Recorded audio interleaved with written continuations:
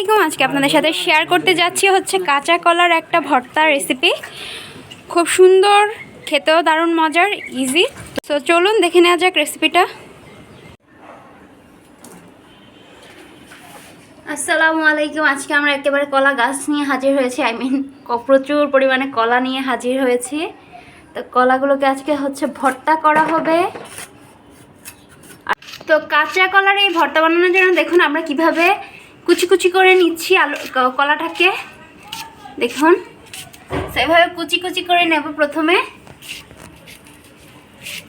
কাঁচা কলার ভর্তা বানানোর জন্য এই যে এভাবে আমরা প্রথমে কুচিয়ে নিয়েছি, দেখতেই পেয়েছেন। তো কোচানো এই কলাগুলো এখন আমরা টেলে নেব। তো টালার জন্য আমরা কড়াইতে তেল ঢেলে দিলাম সামান্য পরিমাণে।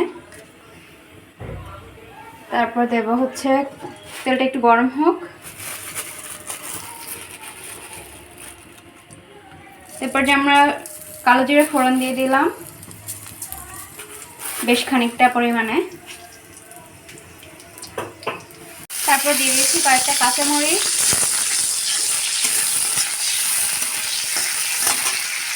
এরপর দিয়ে দিব হচ্ছে আমাদের কোচানো তো এরপর আমরা দিয়ে দিয়েছিলাম হচ্ছে কোচানো কাঁচকলাগুলো। এরপর আমরা দিয়ে দিব হচ্ছে সামান্য পরিমাণে হলুদ গুঁড়ো,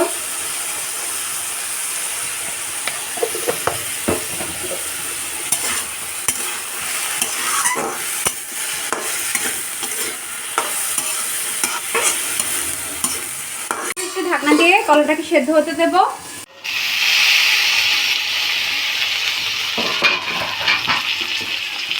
তো এই তো আমাদের কাঁচকলাগুলো সেদ্ধ হয়ে গেছে একদম সুন্দর করে। এখন এরপর আমার আরেকটু ভাজা ভাজা করে নিচ্ছে।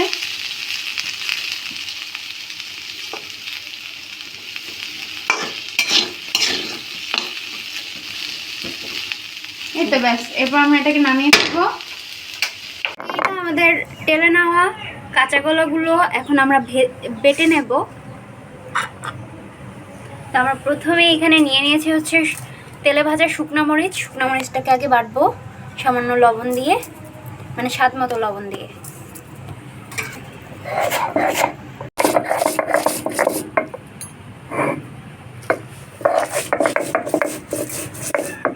কাঁচা মরিচগুলো তেলে ভেজে নিয়েছিলাম, সেগুলোকেও বেটে নিচ্ছি। এবার দিয়ে দিয়েছি হচ্ছে কাঁচা কলাগুলো।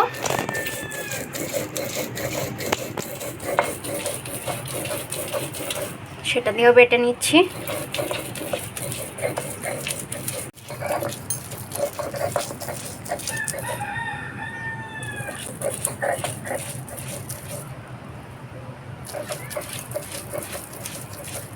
দিয়ে দিচ্ছি হচ্ছে কাঁচা কুচানো পেঁয়াজ। এ দেখুন আমরা একেবারে মিহি করে বেটে নিয়েছি।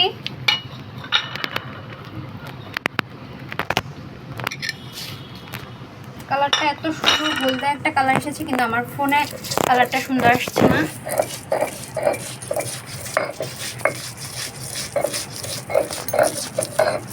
তো এই তো পেঁয়াজ দিয়ে এবার হালকা করে বেটে আর কি মাখা মাখা করে নিব। তাহলে তো এই তো আমাদের ভর্তাটা তৈরি হয়ে গেছে। একদম সহজ, খুব সুন্দর, ভিন্নধর্মী একটা কাঁচা কলার ভর্তা। আশা করি আপনাদের ভালো লেগেছে আজকের রেসিপি। ভালো লাগলে লাইক কমেন্ট শেয়ার করতে ভুলবেন না। সাবস্ক্রাইব করে পাশে থাকবেন। সুস্থ থাকবেন, ভালো থাকবেন। আল্লাহ হাফেজ।